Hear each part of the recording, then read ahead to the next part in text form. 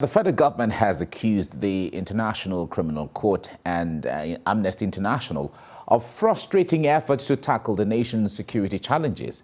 Now, it accused them of constituting themselves into another fighting force against Nigeria, harassing security forces and threatening them with investigation and possible persecution over alleged war crimes and human rights abuses. The Minister of Information and Culture, Lai Mohammed, also faulted the position of those he described as joint-based analysts and their lapdogs. Now, who declared that Nigeria is a failing or a failed state already due to its security challenges. Now, these are some of the issues we'll be looking at in the next couple of minutes. Now, joining us to discuss this is public affairs analyst Darlington Umaru. Darlington, good morning. Nice to see you. Good morning. And Happy New Year. Same to you. You're on a very long holiday. Yeah, exactly. But anyway, we were around working from the background. Well, you're somehow. not looking neat. You're looking refreshed. I was working on the background. Those who work on the background look fresh sometimes. And we also have Dikpo Yewole with us here in the studio. Good morning, Dikpo. Good morning, Nice Mike. to see you and Happy New Year. Happy New Year. Great, great. Now, this issue has been on the front burner, and Nigerians are watching how it is going. Minister of Information, Lai Mohammed, on Monday came out to say that some activities of the international organizations like the ICC, Amnesty International, were frustrating or distracting the Nigerian army in the fight against insurgency in Nigeria. This is not the first time Amnesty or the even Transparency International, when they talk about corruption, this is not the first time they are pointing fingers at what government agencies are doing wrong, or as the case may be, for the first time. Darlington, let me start with you on this. What do you make of this constant allegations against Nigerian agencies, from military to other security agencies and all of that? For once, I want to, from the security point of view, agree with Lai Mohammed. Okay. Because know why? Simple. The men who are at the theater of war at this point in time, fighting insurgency, what is their moral level like? If you place them on a keg of gunpowder, that at any point in time they could explode, like you're threatening them that, look, man, for what you're doing, whether you like it or not, you could be prosecuted, or we're planning to prosecute you. It dampens the morale of the average military man who is in Sambisa forest fighting the battle. And so the government would want to, by all means, re-energize the morale situation of these military men in the bushes. Whether you like it or not, gentlemen, we know that there's a UN treaty. We also know about the ICC treaty, and we know how the ICC came about. The Rome Statutes. Now, whether you like it or not, these military men who are fighting insurgency, they are aware about the rules of engagement. But for goodness sake, you don't place them in any form of threat such that they would not want to execute the essence they are there professionally. Of course, there must be casualties, but the way some of these casualties are overblown by this international human rights organization sometimes beats my imagination. Whether you like it or not, there's no situation, there are no times where you had wars and you never had casualties. But what is important is when you look at those casualties, were they deliberately done? I stated here when the Kankara boys were taken away on TVC that the only way the government can actually get those boys back is not through war. Follow up, intelligence, gather your intelligence, apply the use of the unmanned aerial vehicles, helicopters, surveillance, monitor them, follow where they go to, and at the end of the day, negotiate with them. If not, if you attempt to invade, to rescue those boys by force, they will be used as human shields. And if they are used as human shields, what happens? Then what's the essence of it? Both the military, the Nigerian military, might accidentally shoot them, and then the bandits themselves, if they are using them as human shields, may end up killing them. And then the international human rights organizations will go again to write petitions to say that these persons should be probed. Okay, Dikbo, let me bring you into this. Now, there are some arguments that say that if your hands are clean, you don't fear any allegations or accusations. True. And from that window, some are saying if the military is busy doing its work of clearing insurgents, anybody who comes from anywhere to say anything against you, you have nothing to fear, just do your work and move on. What do you make from that window? Well, I believe that is true, and I would like to differ from his own perspective. This is why I say that. I would like us to give the Nigerian military some level of credit, okay? For decades on this continent, they've been an elite fighting force, either we like it or not. Okay, so I would like to think that it will take more than a few statements from international organizations to dampen their morale, okay? How about we look at the other factors that might dampen their morale? How about them maybe not being paid enough? How about them not getting the adequate intelligence they require, the adequate equipment they require? How about not getting proper funerals? How about their families that they leave behind not being adequately taken care of? Now, these are a wide array of issues that can affect the morale of any soldier. Like it or not, they are professionals, okay? And as a professional, I mean, you do your job professionally, and I'm sure there are people every other day that criticize what you do here. Does that dampen your morale? Does that say that you don't come to work? No, they are professionals. And they remain an elite fighting force on the continent, irrespective of the security challenges we have. Now, it isn't necessarily the fault or the responsibility of the men at the front lines, okay? We have a lot of challenges with communicating intelligence, with getting them adequate gear that they need to fight these insurgents. So I would expect that we look inward to see how those factors play a huge role in their morale, because the truth remains that when their morale is high, then they are motivated to do what they need to do. They can do it more effectively, and they can do it a lot more efficiently. But I would expect that we'll give them a lot more credit than we're giving them right now, because I mean, a few international organizations saying this and that, if they're doing the right thing, like you said, I mean, and they have no fear of it. I don't expect the Amnesty International or the ICC to say that they want to prosecute any Nigerian soldier because they are doing the right thing, because they're fighting insurgency, because they're killing bandits, because they're killing terrorists. Okay. Now, Darlington, the point there is,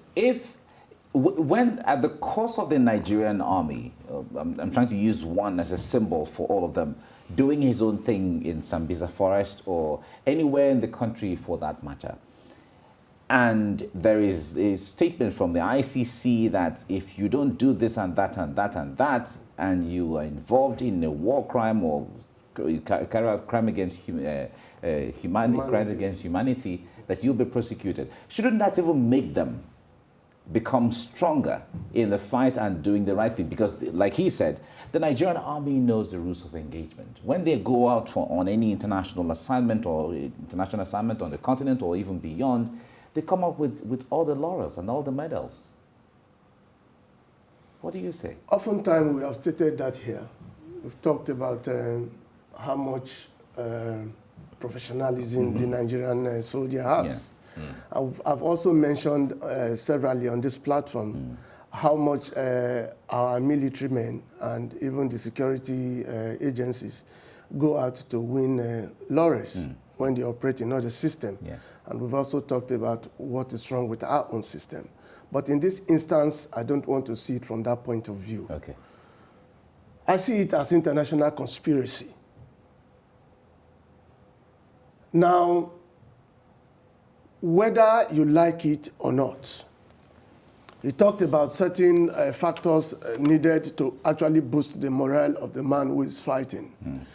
Do you know what it is to be told that you're being watched by ICC? I'm not sure we actually understood that implication. That the prosecutor is saying that she is gathering facts. Of course, those facts are subject to ramification by the judges. before she'll be given the full throttle to say, go ahead and investigate them, and then we'll have to maybe try them. Surprisingly, the problem of terrorism is not limited to Nigeria. The problem of terrorism is one of the greatest problems rocking the earth today. I'm not sure whether you like it or not, even countries that are non-members of the ICC are suffering terrorism today. 2 countries pulled out recently. Why did they pull out? Because of such statements talking about Philippines and what's the other country? Burundi. Burundi pulled out in 2017. Even Kenya had, at the time, they had issues with their president. South Africa threatened to pull out. All of these, whether we like it or not, the man who is there fighting what favors not just Nigeria, you're telling him, I do not see any other thing that could dampen his morale, like saying after the war you come back to stand trials. But what does you talked about the issue of international conspiracy against Nigeria. Now, what does the international organization or international community, what do they stand to benefit from, if at all there's a conspiracy from that window? It's not limited to Nigeria. We're talking about Africa as a continent. Okay. And then you're looking at trying, at several times we've seen conspiracy theories that talked about the growing rate of the population of Africa. We've also seen how those in other parts of the world will want to get you impoverished so that you can always look up to them. Even the resources you have, how do you manage them? What happens to them? They're eventually sent abroad to those places and then they are used to develop those places. The conspiracy of ensuring that Africa does not move beyond a particular point so that the competition will not be keener is also there. Let us not run away from these facts. For goodness sake, are you saying that Nigeria are fighting insurgents at this point in time, that there are no other countries having similar issues? Why is the focus? Whether you want to even believe it or not, the prosecutor who is even talking, she's an African. Gambian. She's an African and she's been there for how many years? The president of the ICC is a Nigerian. But who influences what happens in that place? Is it the same people? Yeah, but the point there is, if they are working at that level, they won't be working for their countries. They're working for the international community, isn't it? They are working for the international community, but influenced by whom?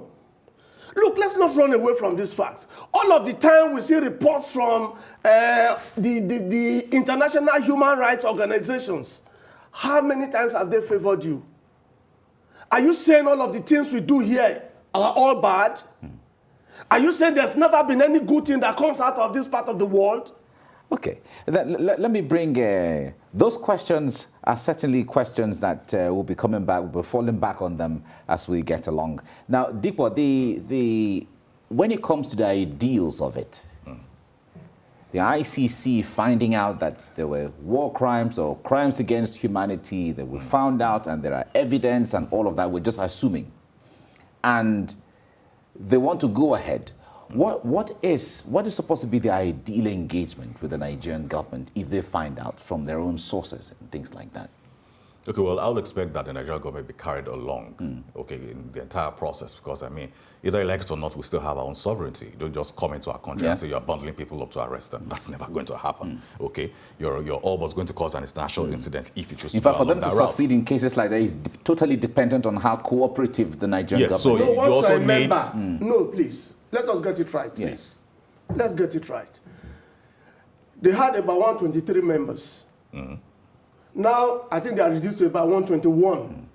Now, all members signed that treaty. Yes. And the moment you signed that The treaty, Rome statutes. Yeah. yes, as long as you have signed that Rome statute, once you are investigated, you can be taken to court. Because you have already signed and agreed that if such things are found in your country, such persons should be taken into questioning. Yeah, but it depends on how cooperative the government is. Exactly. Recall You also need local recall that cooperation. Sudan, there were allegations against former president of Sudan, Omar al-Bashir. For so many years, they couldn't get him to prosecute, all the while because he wasn't cooperating. Flip the coin to Kenya. That was why they had to pull out. Yeah, so flip the coin to Kenya, where the president said, I will go, Uhuru Kenyatta. Yes. So it's totally also dependent on how cooperative he wanted to be. He and his vice president, William Ruto. Nobody's disputing the terms of the charter, Yeah. right?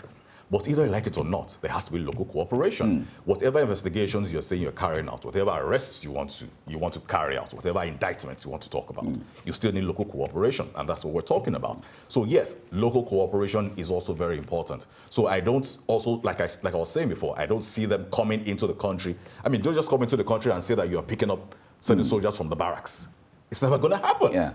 It's never going to happen. So you also need local cooperation. So that is where we also get to come in and say, okay, you know what? Either stop, you can't pick up our soldiers, or yes, we're cooperating with you. We have also We're also conducted our own investigating locally. investigations, Yeah. and then we have found that yes, there are clear-cut terms for you to arrest them. All right. So yes, local cooperation we have is very run out important. of time. We have run out of time, unfortunately. But I feel that this issue is strong enough for us to talk about going forward, because Yes, we it need is. to have the people enlightened and of the issues that you have raised, and you as well. So we look forward to talking about this more as we get along. Darlington, thank you so much for coming. I know that you still have so much to talk about, but some days are like this. Of course, particularly Yes. when the soldiers, when they have these things at the back of their mind and they are not allowed to take on these insurgents, when they meet them, they want to arrest them. Well, the soldiers, like both of you have agreed, they know what to do, and Proper professionals. nothing will And they deter fight them it from for doing them, what they like have it to or do. not. So, and we stand by our soldiers any day. 100%. Thank you so Anytime. much. Yeah. Yes. Yes. Thank you so much, Dick Boyewale, for coming on the program. Thank you for having me. Darlington, thank you so much for coming as well. Nice being here once again. Great.